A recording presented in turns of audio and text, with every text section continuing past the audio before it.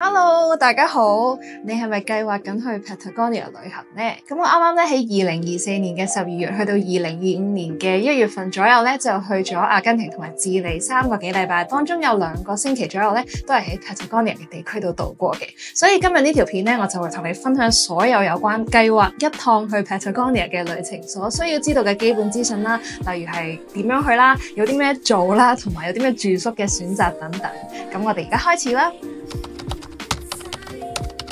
首先，大家應該都知道咧 ，Patagonia 並唔係一個國家啦，而係位於南美洲最南端嘅一個地區。呢一個地區咧，橫跨咗2個國家嘅，就係智利同埋阿根廷啦。咁 Patagonia 最出名嘅咧，其實就係佢嘅自然風光啦，佢有冰川，有巍峨嘅山脈，亦都有湖泊啊、草原、野生動物等等。所以對於好多大自然嘅愛好者、行山愛好者或者係野生動物愛好者咧，呢一個地方絕對係一個天堂。例如喺智利嗰一邊咧，你會揾到非常之出名嘅伯內國家公園 （Torres del Paine National Park） 啦，入邊有一個非常之 signature 嘅山峰，就係叫做伯內山塔，而且仲有好多好出名嘅湖泊啦、冰川啦，都係呢個國家公園入邊揾到嘅。而喺阿根廷嗰邊咧，就有一個好出名嘅國家公園叫做 Los Glaciares National Park。入邊咧，除咗有非常之著名嘅 Mount Fitzroy 之外咧，仲有一個非常之出名嘅冰川叫做 Perito Moreno Glacier。我個人認為咧，喺 Patagonia 地區旅行至少都需要1星期，但係其實1星期對於我嚟講咧都係非常之唔夠，只係去到好少嘅地方。我諗你睇埋我呢條片講到底 Patagonia 有啲咩做同埋交通嘅模式，你就會知道點解㗎啦。咁正如條片一開始嘅時候，我都有講啦，話 Patagonia 呢個地區其實係橫跨咗2個國家嘅，智利同埋阿根廷。所以如果你要去 Patagonia 旅行咧，可以由智利嗰邊入又得啦，或者由阿根廷嗰邊入又得。咁我哋今次咧就係揀咗由智利嗰邊入嘅。如果你都好似我哋咁樣係想由智利嗰邊入咧，咁你就必須要先飛到去智利嘅首都聖地亞哥 Santiago， 因為嗰度係智利最多國際航班進入嘅地方。而香港去聖地亞哥咧就冇直航機嘅，所以係必須要轉機先會到達嘅。以下咧就係一啲常見嘅轉機路線啦。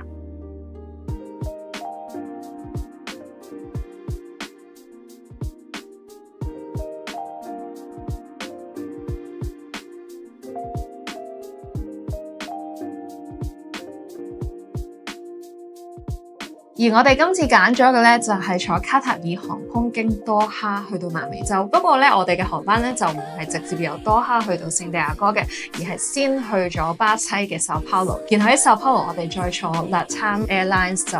去聖地亞哥嘅。而到咗聖地亞哥之後啦，因為已經飛咗大半個地球，所以我哋喺嗰度留咗幾日先南下去 Patagonia 嘅地區玩嘅。至於聖地亞哥係一個點樣嘅城市同埋有啲咩玩呢？大家就可以參考我嘅第一集 vlog 啦。而由聖地亞哥去 Patagonia 嘅地區咧，其實係有啲遠嘅，所以係必須要再坐內陸機啦。機程大概係3個鐘左右。通常咧，遊客咧都會喺以下2個城市入邊咧揀其中一個作為落腳點。第一個咧就係叫做 Punta Arenas 啦，而第二個咧就係叫做 Puerto Natales。Punta Arenas 咧其實係距離伯內國家公園咧係相對上遠嘅，需要大概5個鐘車程左右。但係由於佢係一個大啲嘅城鎮啦，所以飛機嘅航班比較多，都因為咁所以佢機票嘅價錢係會比較平。至於 Puerto Natales 咧，佢係一個相對上細啲嘅城鎮啦，所以咧佢每日都未必係會有一班機。就算我哋去嘅時候10月咧，其實係旺季啦，但係我哋都係見到每個禮拜只有2至3班由聖地亞哥去 Puerto Natales 嘅飛機。但係 Puerto Natales 咧，距離伯內國家公園就比較近啦，只係需要大概3個鐘車程左右。無論你選擇由 Punta Arenas 定係由 Puerto Natales 出發咧，都可以有唔同嘅方式，都係好容易地去到伯內國家公園嘅。例如可以好似我哋咁樣自駕啦，咁如果你唔自駕咧，其實都有好多巴士嘅選擇咧，都係可以去到伯內國家公園啦。又或者你叫你喺伯內入邊 book 嘅酒店去幫你安排呢啲咁嘅交通都 OK 嘅。咁我哋今次咧就揀咗飛去 Punta Arenas 啦，最主要有2個原因啦。第一個原因就好似頭先所講，因為 Punta Arenas 嘅機票平啲同埋選擇多啲。第二個原因就係因為我哋咧好想去睇 Punta Arenas 附近咧有一個企鵝島叫做 Isla Magdalena。咁如果大家對呢個企鵝島有興趣，或者想睇下 Punta Arenas 係一個點樣嘅城市，就可以睇翻我嘅 vlog 第2集啦。咁如果咧你係選擇由阿根廷嗰邊去 Patagonia 嘅話咧，你就要首先飛去阿根廷嘅首都布宜諾斯艾利斯 Buenos Aires。咁同智利一樣啦，香港係冇直航機去到阿根廷嘅，所以如果你要去 Buenos Aires 咧，就必須要轉機啦。至於轉機嘅選擇航點啊、airline 啊等等，其實就同飛智利嘅差唔多，所以我喺呢度就唔再重複啦。至於去到 Buenos Aires 之後點樣去到 Patagonia 嘅地區咧，同樣都係需要坐內陸機嘅。而喺阿根廷嗰邊咧，通常啲人都會飛去 Patagonia 地區入邊一個叫做 El Calafate 嘅小鎮。呢個小鎮咧其實係以冰川聞名嘅。所謂嘅冰川就我頭先有提過，非常之出名嘅 Perito Moreno Glacier， 因為就喺呢個小鎮嘅附近啦。如果大家想知道多啲關於呢個冰川嘅資訊，就可以睇我嘅 vlog 第4集啦。咁另外咧喺 El Calafate 咧，你亦都可以揸車或者係搭巴士，大概3個鐘左右去到另一個非常之出名嘅地方，叫做 El Chaltén。El Chaltén 係一個阿根廷嘅行山小鎮。呢個地方咧就係去睇 Mount Fitzroy， 即係 Patagonia 呢個運動品牌嘅 logo 嘅原型。嗰條 trail 叫 Laguna de los Tres Trail 嘅起點啦。咁嗰個地方其實都仲有好多其他 trail 可以行嘅。如果大家對於 El Chaltén 即係 Fitzroy 有興趣嘅話咧，就可以睇我嘅 vlog 第5集啦。Patagonia 嘅旅遊旺季或者最適合嘅旅遊季節咧，就係佢嘅夏天啦。不過大家要留意，因為 Patagonia 地區係位於南半球啦，所以佢嘅夏天其實即係我哋喺北半球嘅冬天。換言之，每一年嘅年底去到第2年嘅年頭，例如係我哋去嘅時候嘅10月啊、1月啊、2月啊，呢啲咧都係 Patagonia 旅遊嘅旺季。所以通常呢啲季節咧，遊客都非常之多。如果大家喺呢啲時候去咧，就要提早預訂啦。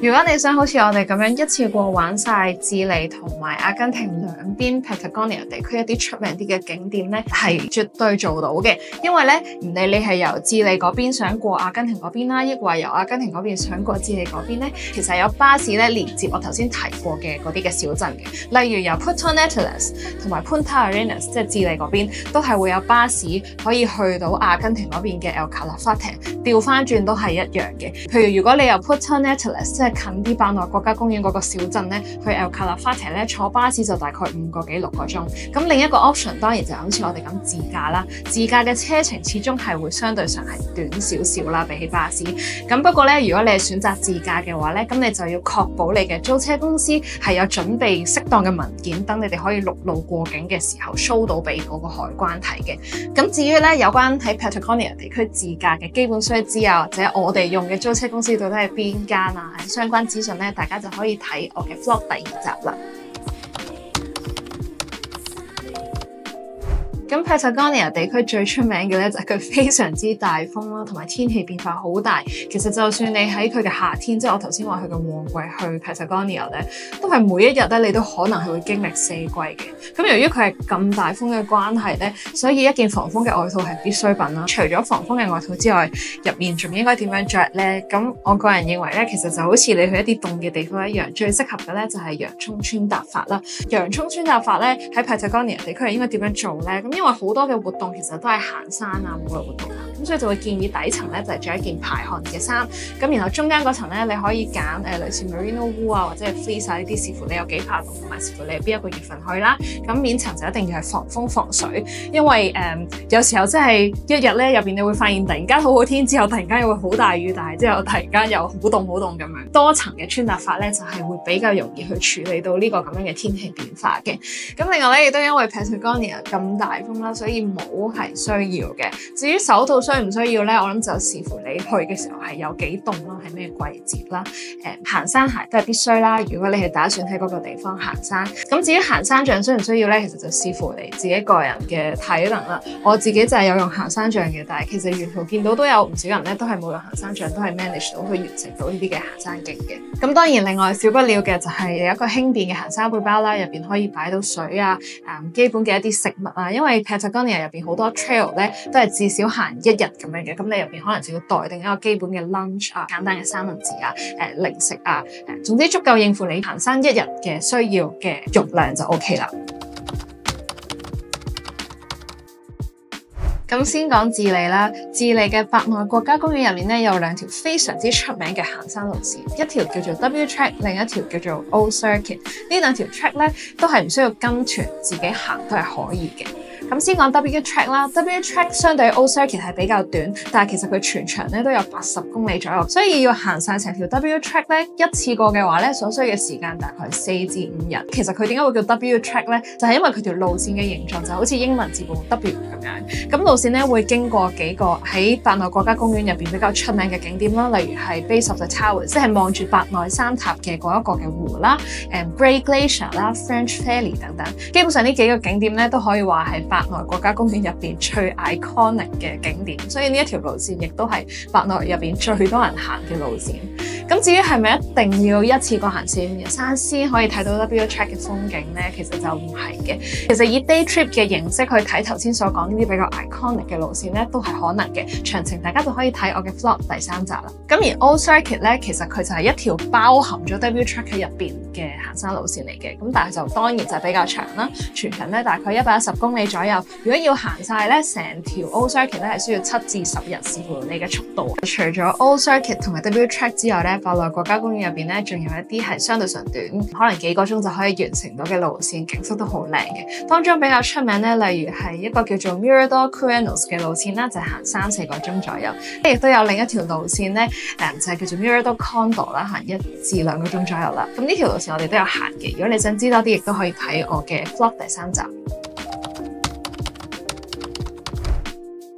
咁至於阿根廷嗰邊嘅行山路線咧，最出名咧一定係睇到 Mount Fitzroy 嘅嗰條 Laguna de los Tres Trail 啦。咁呢條路線嘅起點咧，好似頭先所講過，就係位於 El Chaltén 呢個小鎮。咁詳情咧，大家可以睇我嘅 vlog 第5集。而同樣地係由 El Chaltén 出發嘅行山路線，其實仲有好多，當中有一條咧叫做 Laguna Torrent， 都係好多遊客會選擇去行嘅路線嚟嘅。咁另外，如果大家對於行冰川有興趣咧，亦都可以喺我頭先提過呢個好出名嘅 Perito Moreno Glacier嗰度參加一啲一日團去行冰川嘅唔同部分啦。咁至於行冰川咧，有啲咩一日團嘅選擇或者難度係點樣咧？大家就可以睇翻我嘅 vlog 嘅第4集。咁先講智利啦，其實喺伯內國家公園入面咧，除咗行山之外咧，仲有好多嘢可以做嘅，例如係睇野生動物啦。當中比較出名嘅野生動物咧，就係有美洲獅啊、南美羊駝啊、各類嘅鳥類啊等等。咁其實有啲人咧，真係會 join 一啲 day tour 咧，就去睇呢啲咁嘅野生動物嘅。另外咧，譬如如果你想睇 Great Glacier 咧，其實都係可以坐一個遊船咁樣去睇啦，就唔一定要去行山嘅。咁其實咧 Patagonia 呢個地區係非常大啦。咁就算智利咧，都有好多同樣地 Patagonia 地區嘅國家公園咧，其實係有其他類型嘅行程啦，例如係我今次本身都好想去，但係唔夠時間去嘅 Marble Cave。咁喺阿根廷嗰邊同樣地都可以有睇野生動物嘅選擇。咁除咗睇野生動物之外咧，亦都係有坐遊船睇冰川嘅選擇。Perito Moreno Glacier 入邊咧都有遊船可以坐啦，亦都有一個觀景台係就咁行出去個觀景台已經可以睇到個冰川，就唔係話一定要行冰川先可以感受到冰川有幾震撼同幾靚嘅。咁另外咧就係我下一集嘅 vlog 會介紹嘅 Ushuaia 咧，其實都算係Patagonia 地區嘅一個城市嚟嘅。雖然大部分人都會諗起 Ushuaia 就淨係會諗起係去南極嘅出發點，但係其實嗰度咧都有好多唔同各類型嘅活動可以去做啦，都唔一定係行山嘅。例如係佢有一個國家公園入邊咧有一個叫做世界盡頭嘅小火車，係就咁坐就得噶啦。住宿方面咧，就先講智利啦，因為智利係比較複雜，尤其是係伯內國家公園入邊嘅住宿。如果你係想行 W track 或者 Old Circuit 嘅話咧，咁其實沿途咧都係會有一啲嘅營地可以俾你住嘅。呢啲營地佢哋叫做 refugio。咁呢啲 refugio 入邊咧嘅住宿嘅模式其實都有好幾種啦，例如係真係紮營嗰種啦，亦都有床位等等啦，視乎你揀嘅係邊一個營地啦。咁而呢啲 refugio 雖然係營地啦，但係其實佢大部分嘅設施都唔錯嘅。首先係有得沖涼啦，有餐廳啦，有啲有小型超市啦，有得俾錢就可以用 WiFi 等等。咁至於點樣計劃你去住邊一個 refugio 咧？呢個就係要睇你自己啦。因為咧每個人行 W track 或者 Old Circuit 嗰個嘅 speed，甚或是嗰個方向由邊度出發由邊度完都唔同嘅。咁所以首先你要做嘅嘢咧就係了解咗 W track 或者 Old Circuit 嗰條路線啦，了解咗到底喺邊啲位係有 refugio 啦，跟住你就因應你大概行嘅 pace 同埋你行嘅路線咧，就去計劃咧你每一晚要 stay 邊個 region。然後就上網 book 嗰個 region 有嘅 refugio 啦。咁至於點樣上網 book 呢啲嘅 refugio 咧？咁首先你要理解咧，就係 WTrack 同埋 Old Circuit 嘅營地咧，其實都係由2間私人公司去營運嘅。第一間公司咧就係叫做 Fortis Patagonia 啦 ，Fortis 咧就係管理咗國家公園西部同埋北部嘅一啲重要地點嘅 campground 啦。當中比較出名嘅就係 Pioneer Grande 啦，基本上就係行 French Ferry Track 嘅起點啦。而第二間公司咧就係叫做 Las Torres 啦 ，Las Torres 咧就係管理范內國家公園東面同埋 WTrack 中途嘅一啲營地嘅公司嚟嘅。比較出名嘅咧，例如就係你行 Base of the Towers Track 會經過嘅 Refugio Chileno 啦，咁就係由呢間 Las Torres 嘅公司去管理嘅。至於幾時可以開始上網預訂呢啲營地咧，其實每年都唔同嘅，所以如果你真係計劃緊去 Patagonia，而你係想住呢啲 refugio 嘅話咧，你就要自己上網去睇清楚啦。尤其是如果你係旺季，例如係我去嘅時候嘅12月、1月咧，其實呢啲 campground 係會真係好快就 full 嘅，真係要提早預訂。咁一般嚟講啦，頭先講第一間私人公司 Fortis Patagonia 咧，佢哋通常嗰啲營地開始預訂嘅時間都係每年大概4月底去到5月或者係6月頭呢啲時間嘅，而 Las Torres 咧就通常喺5月嘅時候開放預訂嘅，所以譬如如果你係想今年年底即係2025年年底去，或者係2026年年頭去嘅話咧，其實嗰啲營地嘅預訂係已經開始咗㗎喇。而如果你冇打算行 WTrack 或者 Old Circuit， 又或者好似我哋咁樣啦，淨係諗住以 day trip 嘅形式去完成 WTrack 嘅一啲部分咧，你就可以揀住酒店啦。咁我哋今次伯內國家公園呢個範圍或者係附近咧，就一共住咗2間酒店。第一間酒店咧就其實唔係位於伯內國家公園入面，但係就好近佢嘅入口，就叫做 Rio Sereno。咁詳情咧，大家可以睇翻我嘅 vlog 嘅第3集。咁而第二間酒店咧就係叫做 Hotel Lago Grey 啦。呢一間咧就係喺伯內國家公園入面㗎啦。咁就係喺 Grey Glacier 嘅附近，就真係望住 Grey Lake， 然後間房仲會望到 Grey Glacier 嘅。咁詳情咧，大家都可以睇翻我嘅 vlog 嘅第4集啦。咁我覺得呢2間酒店咧，其實都係非常之靚，嘢食又好食啦，同埋服務都唔錯嘅。咁其實除咗呢2間酒店咧，伯內仲有好多各類型嘅酒店住宿嘅。不過同樣地係因為選擇唔多咧，所以其實都係會好快就 full 嘅喺旺季嘅時候。咁而家大家喺熒幕上面睇到嘅呢幾間咧，就係一啲我之前做 research 嘅時候都有睇到過嘅酒店，但係最終冇訂到嘅酒店，大家都可以參考一下。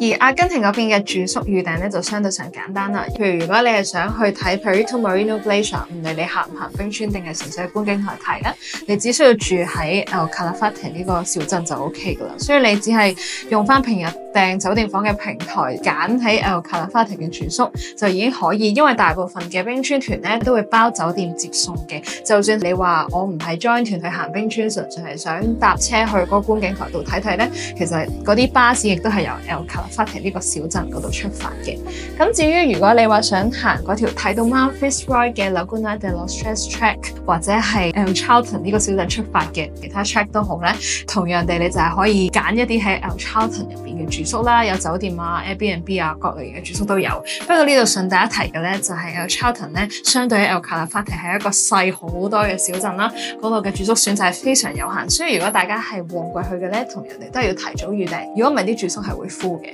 咁如果你話我想喺阿根廷呢邊咧都體驗下露營喎，其實都係可以嘅。如果你有睇我嘅 vlog 第5集，即係講緊喺 El Chaltén 行去睇到 Mount Fitzroy 嘅 Laguna de los Tres Track 嘅沿途咧，其實佢都係有一啲營地嘅。嗰啲營地咧就係免費嘅，但係相對上咧就唔會有伯內嗰啲咁多設施啊，又有餐廳啊、熱水沖涼啊等等。同埋咧，你嘅露營嘅設備咧就係要去自己去攜帶去預備嘅，就同伯內嗰個玩法係有少少唔同啦。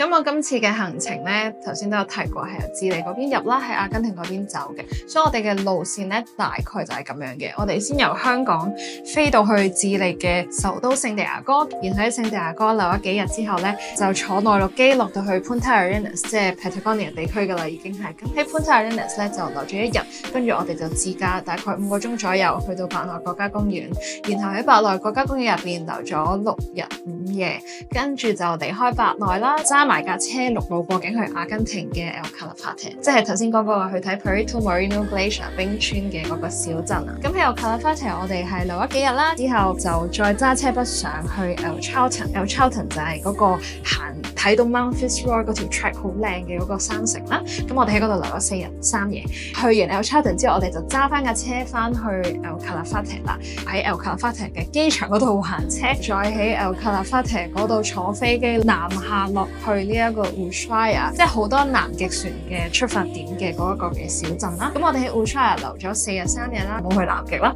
然後就坐翻內陸機去翻阿根廷嘅首都 Buenos Aires 布宜諾斯艾利斯，喺嗰度逗留幾日之後咧，就喺 Buenos Aires 飛翻去巴西薩帕羅，然後再喺多哈轉機翻香港。呢個就係我哋大概嘅行程啦。